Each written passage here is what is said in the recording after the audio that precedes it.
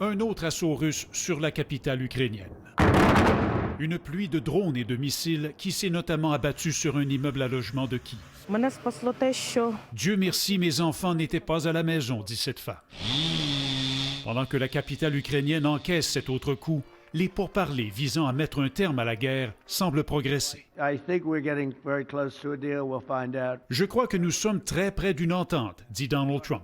Sur son réseau social, le président américain écrit que des progrès énormes ont été réalisés en ce qui concerne la fin de la guerre. Le plan de paix initial en 28 points a été peaufiné, ajoute-t-il, et il ne reste que quelques points de désaccord. Trump ajoute qu'il a demandé à son envoyé spécial Steve Witkoff de se rendre à Moscou pour rencontrer le président russe. Le président ukrainien a pour sa part déclaré que les principes du plan américain révisé pourraient conduire à des accords plus profonds.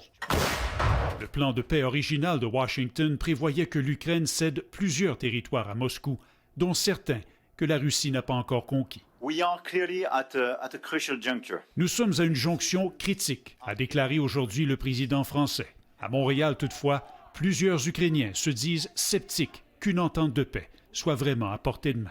On a vu à travers les 2 dernières années, les 3 dernières années, qu'avoir une entente avec les Russes, c'est très difficile. Ils affirment aussi douter que Vladimir Poutine souhaite réellement mettre fin à la guerre. Il a déclaré à plusieurs reprises que l'Ukraine, c'est pas une vraie nation, elle ne devrait pas exister.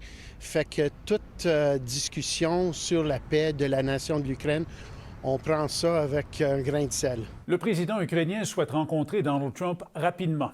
Trump répond qu'il a espoir de rencontrer Zelensky et Poutine bientôt, mais seulement, ajoute-t-il, lorsque l'accord pour mettre fin à la guerre sera final.